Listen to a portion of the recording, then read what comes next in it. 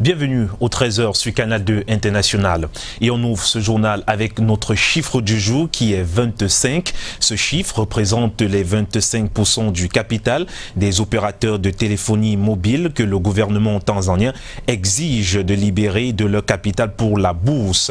Et le Cameroun pourrait en effet s'inspirer. Selon le CAMECAM, un centre d'analyse camerounais, la dynamisation de la place boursière DSX Douala Stock Exchange pour la zone CEMAC doit prendre cela en compte, car sur cette seule option de base, la DSX compterait au moins une dizaine de valeurs cotées. Et nous en parlions tout à l'heure en titre. L'année 2018 marque ce 18 juillet le centenaire de l'ancien président sud-africain Nelson Mandela, un événement planétaire qui trouve grand intérêt sur le sol camerounais, d'où cette commémoration par la société civile. Christian Pierre-Issono, Ghislain Pierre-Issono et Constant Kamga. Nelson Mandela, la seule évocation de ce nom crée la paix et donne des repères à l'humanité. Et il n'y a pas mieux que les Nations Unies qui ont décidé en 2009 d'instituer une journée internationale Mandela. Depuis lors et chaque année, le monde et le Cameroun tiennent des conférences annuelles pour commémorer l'icône Mandela. Si l'Afrique du Sud n'avait pas eu quelqu'un comme Nelson Mandela, beaucoup de choses ne se seraient pas passées. Il était et il est providentiel, d'où le résultat que l'on sait. Ici, au lieu du Simboka Yaoundé, c'est une célébration en 67 minutes. Un âge dont la fondation Denis et Lenora Foretia exalte dans un contexte marqué par la montée en puissance de la violence aux antipodes du vivre ensemble. Cette montée de la violence touche tous les peuples et commence parfois par les discours tribaux et ethnocentriques si proches de l'apartheid auquel Mandela avait opposé l'identité et l'unité. Les initiatives en cours visent à pérenniser cette immense œuvre dont le monde se souviendra toujours. L'un des éléments de l'héritage Mandela, s'accorde-t-on ici, c'est la réconciliation dans le cœur. Quand ils ont été blessés, cela passe aussi par le dialogue et l'érection des repères tels les autorités morales, le tout encadré par des institutions fortes. Son avènement était présenté comme un soulagement pour les défenseurs des droits humains face aux atrocités et autres crimes à travers le monde. 20 ans après, l'Afrique digère mal l'activité de la CPI dans sa grande majorité. Quelques raisons de ce divorce et des grèves portées contre cette cour, le fait de ne s'attaquer par exemple qu'aux dirigeants africains. Patrick Christian Dobo et Marus Kwesou. 2 décennies après son avènement, la Cour pénale internationale est diversement appréciée sur le continent africain, faisant référence aux conditions de sa création. Via le traité de Rome du 17 juillet 1998, de nombreux praticiens du droit sur le continent évoquent le caractère vicié de son avènement. Je vous dis, la CPI est la conséquence d'une nouvelle moralisation de la vie politique dans le monde. La CPI est un aboutissement d'un grand combat des organisations humanitaires dans le monde. Toutes les grandes organisations humanitaires, notamment les organisations des pays occidentaux, ont poussé pour que effectivement les Nations Unies puissent avoir cette fameuse conférence qui aboutit au traité de Rome. L'ancien bâtonnier de l'ordre des avocats du Cameroun voit également, en 20 ans d'existence, une activité essentiellement orientée vers l'Afrique, au détriment de sa compétence voulue internationale. La CPI a passé son temps à ne juger que des dirigeants provenant principalement de l'Afrique. Regardez ce qui s'est passé en Côte d'Ivoire avec le président Gbagbo. Vous prenez le cas de la RDC, où un vice-président en exercice, n'est-ce pas, est ainsi happé par une procédure assez cavalière, puisque 10 ans après, cette même CPI, autrement composée, la quitte. Mais lorsqu'on voit les grands crimes commis dans les dernières 20 années, prenons le démantèlement complètement inacceptable de l'Irak, prenons, n'est-ce pas, l'assassinat du président Kadhafi. Tous les auteurs de ces grands crimes contre l'humanité n'ont jamais été traduits, n'est-ce pas, devant la CPI. Un parcours mitigé, plein de controverses et mal digéré par de nombreux États africains et qui appelle, selon l'homme de droit, à un changement de paradigme. Et bien plus, ces grandes puissances préfèrent privilégier leur justice nationale ou leur justice régionale que de se soumettre, n'est-ce pas, à la juridiction des Nations Unies. La CPI n'a pas beaucoup de choix. soit elle se reforme en orientant son parquet vers des poursuites objectives contre tous ceux qui commettent des crimes contre l'humanité partout dans le monde, soit elle va finir par être complètement démonétisée. Je dis que les États africains doivent s'y retirer et créer à leur tour des juridictions sous-régionales ou régionales crédibles. En attendant, la CPI affiche au compteur 26 affaires instruites, 32 mandats d'arrêt, dont 15 arrestations pour 6 prisonniers. La majorité des cas essentiellement recensés sur le continent africain. Un bilan qui justifie sans doute les frissons et le rejet de plus en plus perceptible au sein des États africains. Et des troubles se multiplient dans l'affaire opposant le président de l'Assemblée nationale à son aire de camp. L'audience prévue mardi dernier a une fois de plus été renvoyée. Kavaye Guédibril poursuit le capitaine Bouba Simala pour des faits de terrorisme et autres. Laetitia de Bilon nous dévoile les circonstances de ce procès. Le procès relatif à l'affaire Bouba Simala, prévu ce 17 juillet 2018 au tribunal militaire de Yaoundé, a une fois de plus été renvoyé. Pour cause, l'incertitude de l'identité réelle du plaignant et donc de ses conseils. À l'enquête préliminaire, devant le juge d'instruction, M. Kavaye n'a jamais cru devoir se présenter. Il n'a pas été là. Comment peut-on imaginer qu'il apparaisse seulement à la phase du jugement? Donc pour nous, il ne peut pas être parti à ce procès et ne peut donc pas, en conséquence, avoir des avocats à ce procès. Un avis pas du tout partagé par les avocats de la partie plaignante indexée. Ces derniers justifient leur présence à l'audience de ce jour comme la volonté de leurs clients. Dans le camp Kavaye Guédibril, il n'y a pas de problème. Nous continuons à défendre le président Kavaye Guédibril. Il nous a consultés régulièrement par voie des pièces. Parce qu'il y a plusieurs façons de consulter un avocat. Quand vous écrivez à l'avocat pour lui dire, voilà, je veux que vous me consultez auprès, à mes côtés de mon affaire, soit vous remettez des pièces directement à l'avocat. Et c'est le cas. La demande de renvoi est naturellement explicable. Parce que le collègue qui vient de se consulter n'a pas encore les pièces de dossier pour comprendre quoi que ce soit. Un nouvel avocat a donc fait son entrée dans le camp Kavaye Guédibril.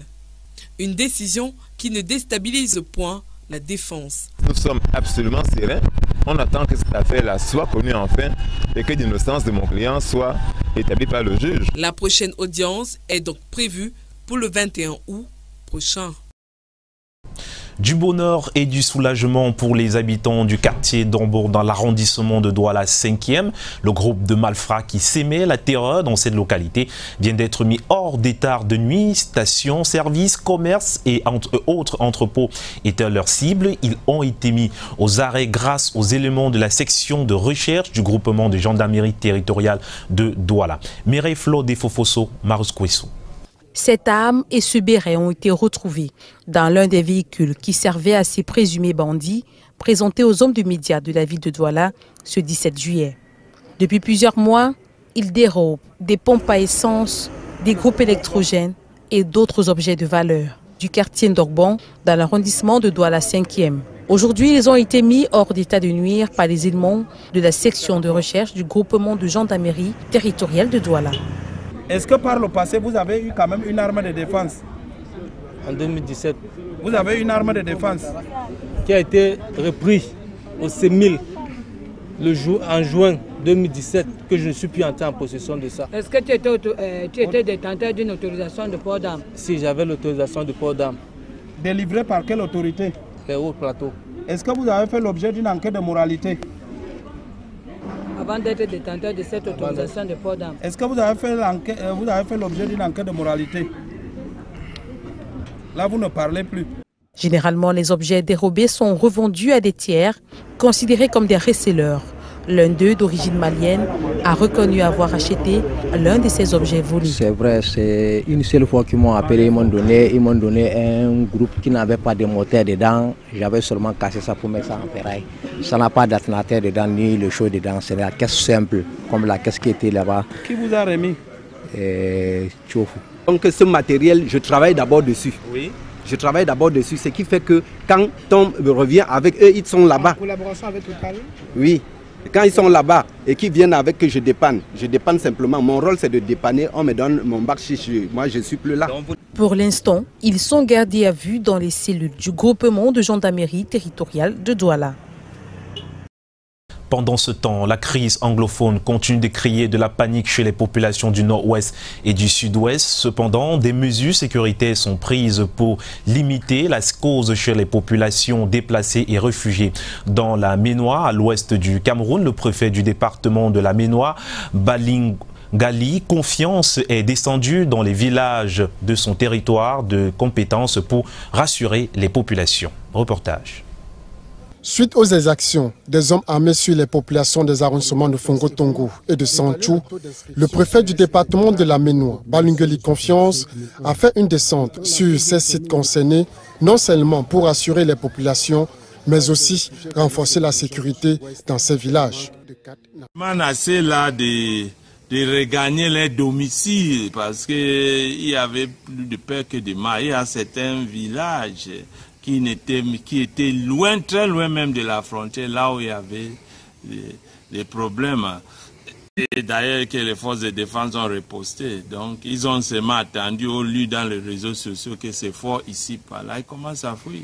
Parfois même on fuit plutôt pour trouver le danger. On laisse nos maisons paisiblement pour aller dehors et on trouve plutôt le danger. Malgré ces mesures de sécurité, les populations restent sceptiques, mais ont tout de même espoir au retour de la paix. Ça ne va pas. Regardez comment le marché est vide. Il n'y a presque personne. Nous sommes venus vendre, il n'y a presque personne. La population est comme ça. Chacun cherche à se sauver. Je pense donc qu'il faut qu'on connaisse comment aussi on gère des informations. Il faut connaître comment on gère des situations de psychose. On ne doit pas se céder à la paix et à la panique. Les forces de défense sont là pour garantir la sécurité. Les séances de travail diligentées par le préfet ont permis de créer des comités de vigilance qui relayeront les informations aux autorités administratives et aux forces de maintien de l'ordre. Au moment où nous quittions les lieux, le calme régnait dans ces zones. D'urgence humanitaire se poursuit au Cameroun. La salle des actes de Bafia a servi de cadre à une collecte de fonds en faveur des personnes réfugiées et déplacées du nord-ouest et du sud-ouest. Les images sont signées Espoir Bayra. Plan d'urgence humanitaire, la localité de Bafia dans le Mbamenoubou se mobilise. Les forces vives du département se sont rassemblées lundi dernier dans la salle des actes de la commune de Bafia, dans le but de collecter des fonds pour le plan d'assistance humanitaire d'urgence amorcé par le chef d'État. Une collecte salutaire qui provient d'une solidarité encourageante. Ce n'est pas le montant qui est très important, mais je crois l'élan de solidarité dont ils ont fait montre. Parvenir à collecter une bagatelle de 4 779 500 francs, je crois que ça mérite d'être salué et apprécié à sa juste valeur. Les fonds sont destinés aux populations du nord-ouest et du sud-ouest. La ministre du domaine du cadastre et des affaires foncières, présente sur les lieux, apporte sa quote-part. 2 millions. Un élan de solidarité manifesté ici par la présence effective des élites de la localité, des chefs traditionnels, des délégués, des chefs de service et quelques hommes de Dieu qui apportent leur contribution, chacun à son tour. Un signe d'un désir de vivre ensemble. Remercier tous les frères, toute l'élite, tous ceux qui se sont, tous les chefs traditionnels qui se sont déplacés pour cette occasion.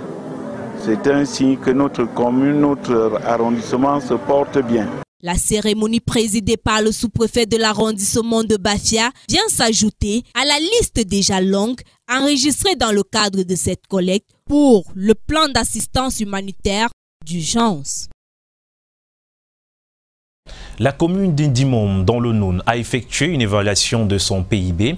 Le budget du compte administratif de cette commune affiche un montant d'un peu plus de 600 millions de francs CFA en recettes et en dépenses, avec un excédent de plus de 40 millions de francs CFA par rapport à l'année dernière. Mireille Flo Defo Fosso Ndioanourdine nous en parle. Le budget du compte administratif de la commune de Ndjimoun, arrondissement situé dans le département du Noun pour l'exercice 2017, s'élève en recettes et en dépenses à 684 423 629 francs CFA, soit un excédent de 49 millions de francs CFA par rapport à l'année dernière. Il s'est agi au cours de cette rencontre de passer en revue les différentes lignes budgétaires afin d'éclairer le conseil municipal sur l'exécution du budget 2017. Nous avons mis le cap sur les problèmes sociaux parce que un arrondissement, une commune nouvellement créée en 2007, c'est un peu difficile de joindre les deux bouts.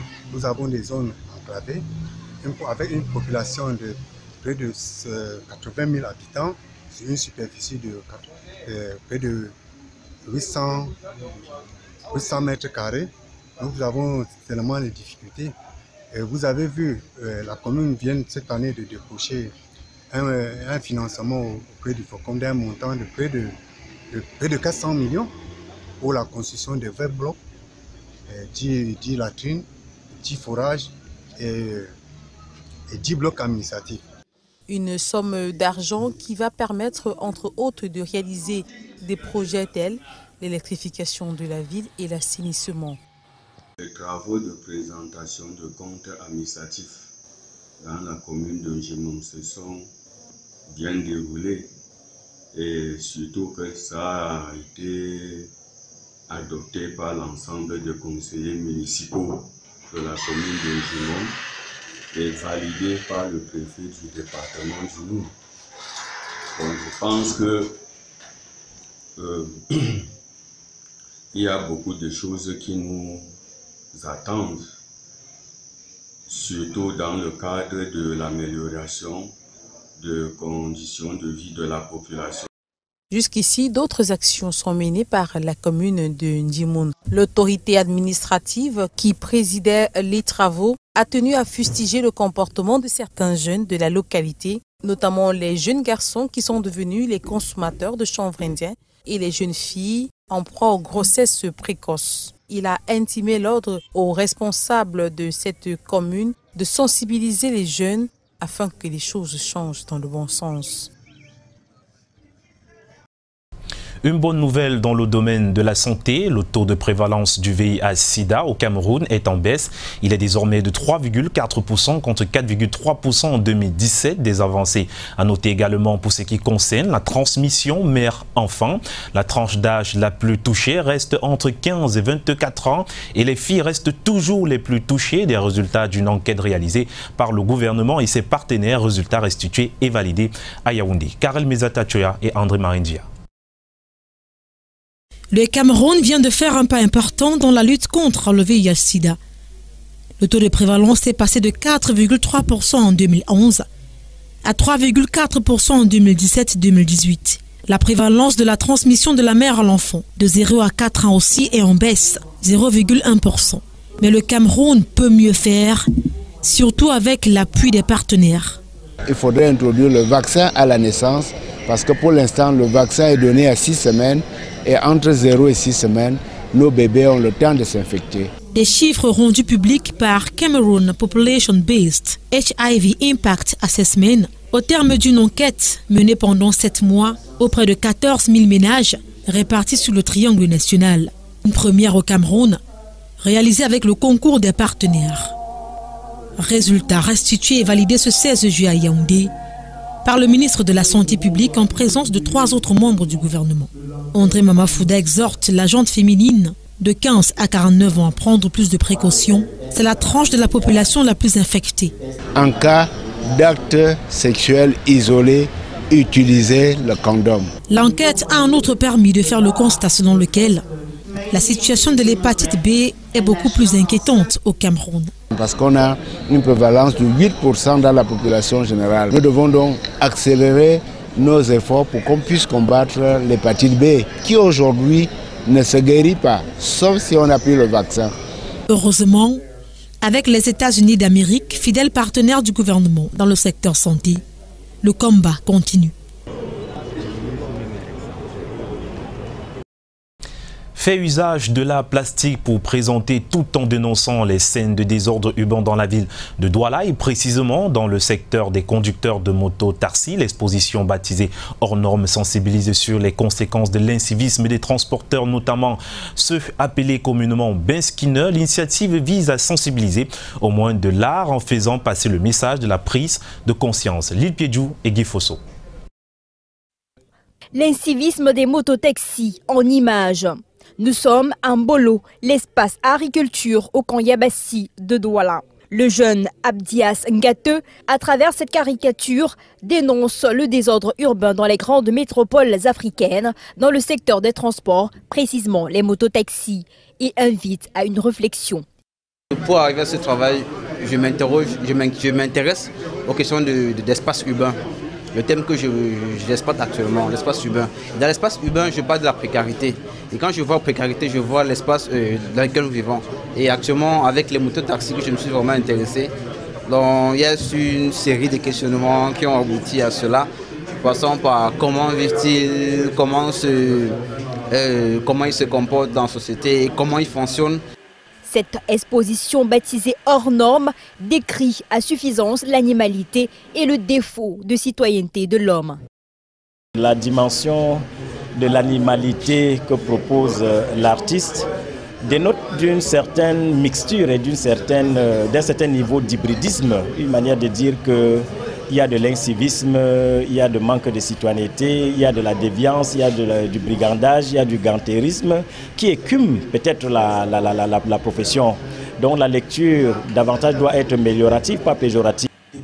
Abdias Ngate était face à la presse ce mardi. À travers les échanges, l'on retiendra que cet artiste peintre a compris très tôt que les arts plastiques constituent l'antidote des peines mentales et sociétales. D'où cet intérêt pour le dessin et l'art graphique. Dès l'âge de 16 ans, en 2011, il présente déjà ses œuvres dans plusieurs expositions collectives internationales. En 2015, couronné par le prix découverte de l'Institut Goethe. Et en 2016, il représente le Cameroun au premier salon d'art contemporain du Mali. Sa force mentale et son engagement social ne laissent personne indifférent. Beaucoup de courage à ce dernier. La NTM Elite One perd son actuel meilleur buteur. Mardi soir, Marius Mwandil Mandi, auteur de 18 buts avec le Coton Sport de Garoua, a rejoint les rangs du FC Porto. L'attaquant tchadien de 20 ans quitte le championnat camerounais pour un grand championnat européen, celui du Portugal. Plus de détails avec Marc Chouamou. 4 ans, c'est la durée du contrat de Marius Mwandil Mandi au FC Porto. L'attaquant tchadien s'est engagé avec les Dragons jusqu'en 2022. Auteur de 18 buts en 30 journées de championnat cette saison, Marius Mwandil Mandi quitte le Coton Sport de Garoua et la MTN Elite One après seulement 7 mois passés au Cameroun. Arrivé en décembre 2017 à Garoua en provenance de Gazelle FC de N'Djamena, Marius a conquis tout son beau monde en réalisant 2 triplés et 3 doublés sur les 18 réalisations à son compteur. On se souvient encore de son fameux but de l'arrière-train contre Stade Renard de Mélon à Garoua. Marius Mwandil Mandi a été officiellement présenté par les dirigeants du FC Porto, même s'il va débuter d'abord avec la réserve.